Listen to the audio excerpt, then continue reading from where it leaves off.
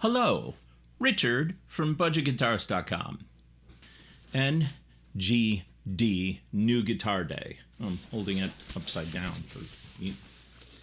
Can you tell what kind of guitar it is? It's a Yamaha guitar, obviously, because it says Yamaha. This guitar is it's something that's not currently in my collection and needs to be. So let's open it up and then I'll explain why I got it. And then I'll give you first impressions. I will do a much more detailed review later. This is like an unboxing why I bought it first impressions video. So I couldn't find my cutter, my linoleum knife, so maybe I'll carve my initials in it.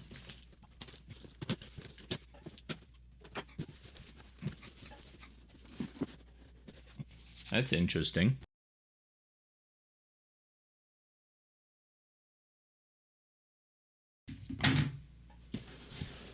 That's just kind of hanging out in the box here.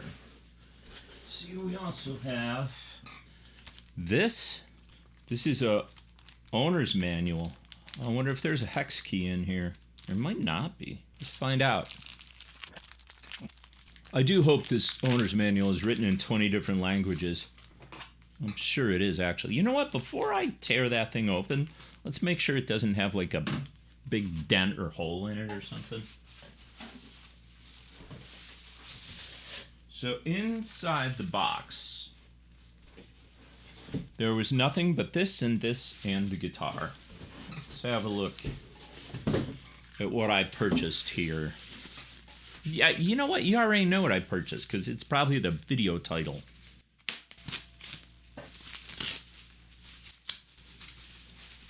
A better question is it what I purchased? So far, I would say yes. Yes, it is what I purchased. All right. So.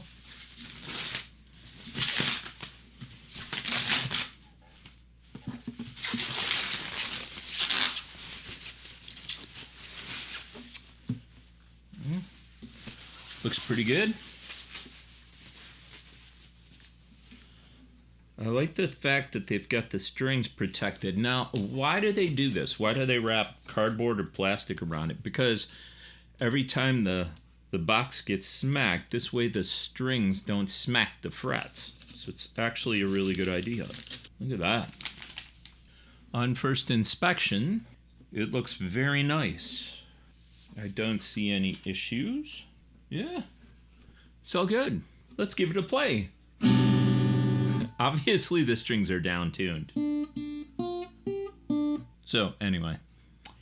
So, this is the Yamaha APX600 thin-line acoustic guitar. And if I show you the top here, you can see that there's some electronics here. Over here, there's a little tray where two AA batteries go. AA is, I like the choice. The little section here, it's got a tuner. And then it's also got bass, mid, and treble, but the mid-range is sweepable from like 80 hertz up to like 10,000 hertz. So it covers basically the entire deal. So that would come in really handy if, for example, you're playing and there's a little bit of feedback. If you figure out what frequency that is, you could go in and surgically kind of notch that thing. And I don't know if that's the intention of the EQ, but that is certainly a good way to use it. That's pretty cool. Obviously, this doesn't come with batteries. That'd be stupid, right? They would leak inside the guitar. One thing that I do not like already, I can tell you, is if I hold this up to the camera,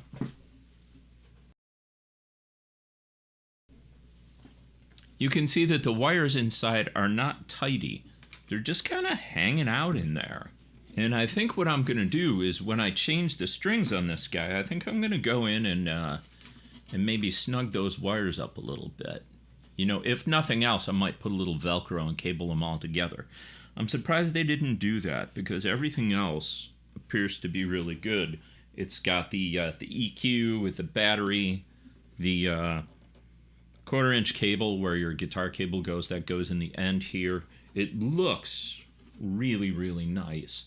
And it says Yamaha on the headstock. So unless you're a guitar player and you really know your guitars, on stage, this is just going to look like a really nice Yamaha guitar. And in reality, it's under $350, which is just crazy cheap. The electronics is cool, but the big element of this guitar that is important to me is how thin it is.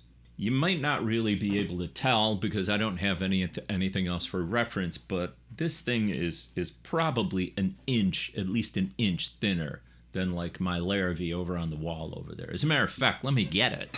This is my $1,000 Larrivee D03. They're probably more than $1,000 now, actually, but I think it was about $999 when I got it originally. This is a fairly big acoustic guitar, and it sounds amazing, etc., and so on. But if you look at how thick it is, and then you compare it to this guy, you can see the difference, right? This guitar is significantly thinner. And I want to show you the reason for that. The reason for that is that when you play acoustic, your arm, right, your strumming hand, unlike an electric, your elbow is like way the heck over here.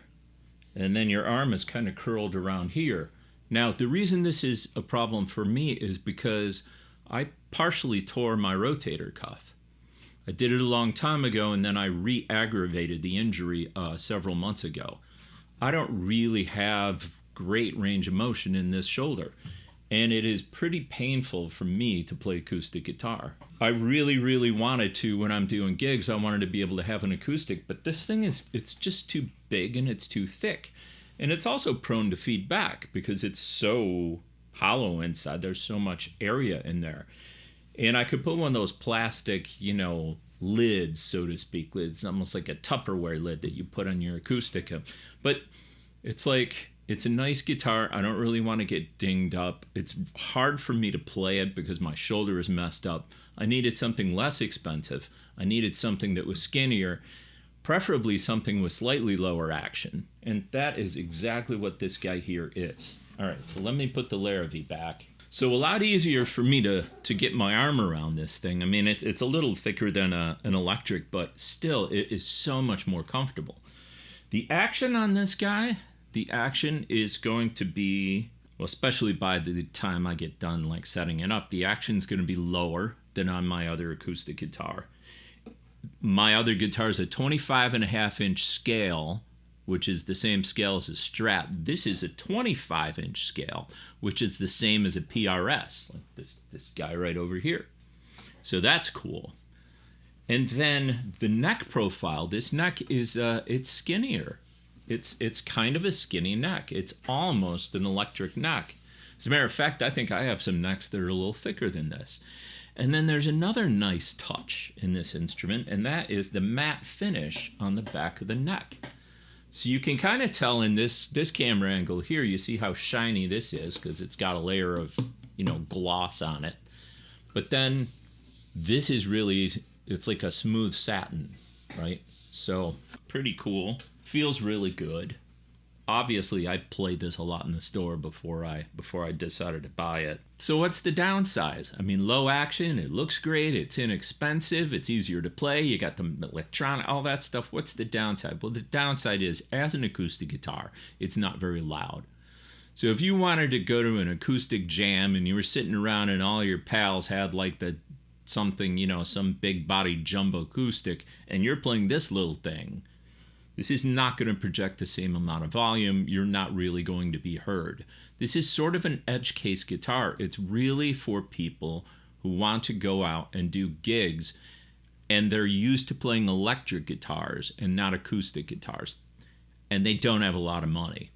So, used to playing electric, going out and doing gigs, not a lot of money, want low action.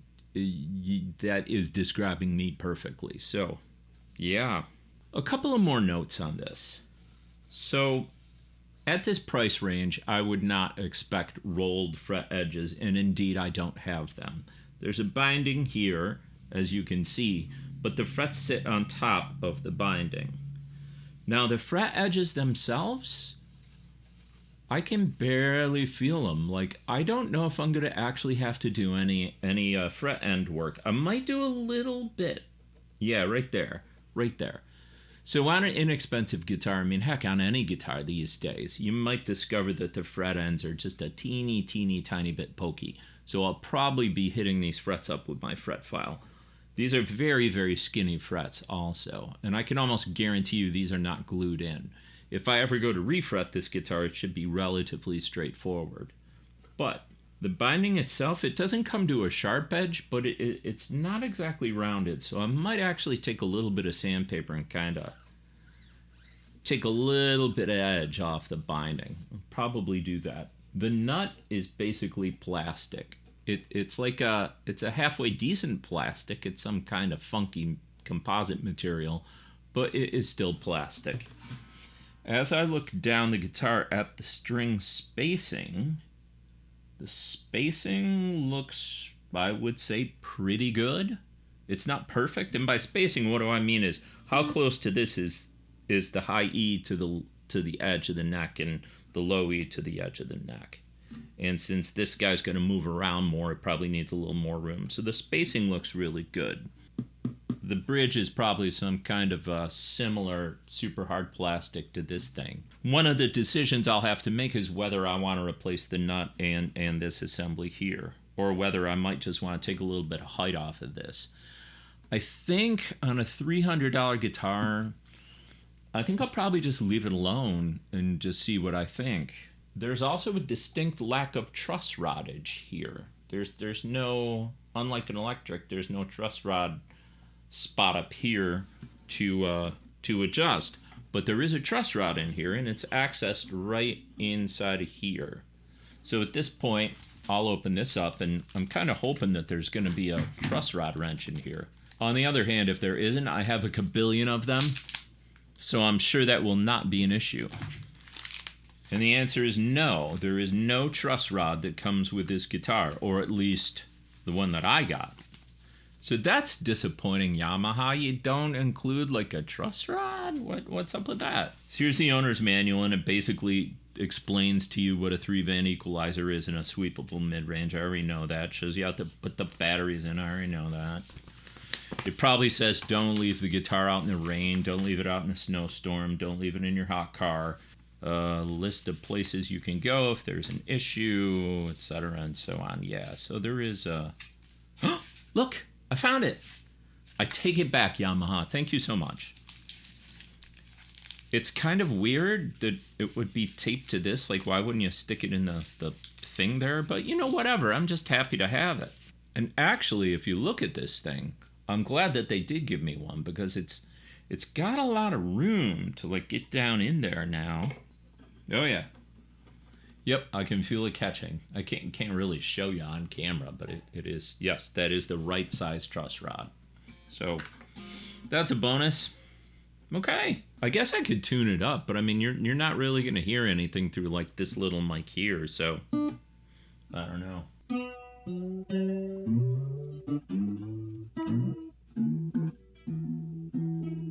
Tuners feel reasonable. They're not high quality. Again, this is like a $330 instrument. These strings are not stretched, of course. And obviously I'm going to be replacing these strings.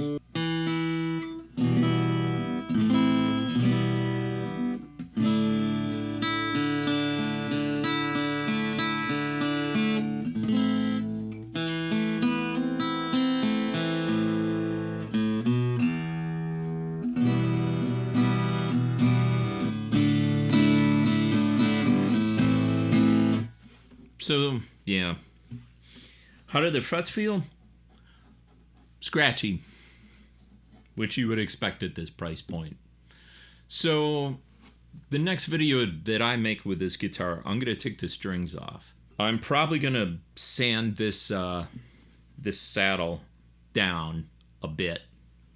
Because the action's a little high. I mean, the action's about as high as on my Larrivee. And I really want this action to be lower, so I'm going to take some off of that. I'm going to check the truss rod, make sure the neck is straight. I'm going to polish up all the frets. I might use a fret end file and just kind of go over all the frets that way. So that'll take care of the frets. I'm going to go in and Velcro the wires together get them kind of neat and tidy, restring it, stretch the strings, and then I will give you some examples of with microphone and then also with the output and show you what the EQ does. So 2-part video, I guess. Tune in next week and you'll see part 2 of this video where I'm going to do all the stuff I just said. You can decide if you got one of these guitars, you're watching this video because you want to feel validation maybe. Look, if you buy a $300 acoustic guitar with built-in electronics, they're going to cut corners. In this case, the corners they cut are not the materials, but the time, right? So if they'd have polished all the frets, that would have made this guitar a lot more expensive. I can polish frets. Anybody can do it. I'll show you how to do it next week if you're interested in. So thank you very much for watching. I really appreciate it. If you like this content, please give it a thumbs up, leave a comment, feel free to subscribe. I'm going to be playing around with this thing. I'm going to shoot another video, and me and the Yamaha APX600 will see you again next Friday at 5.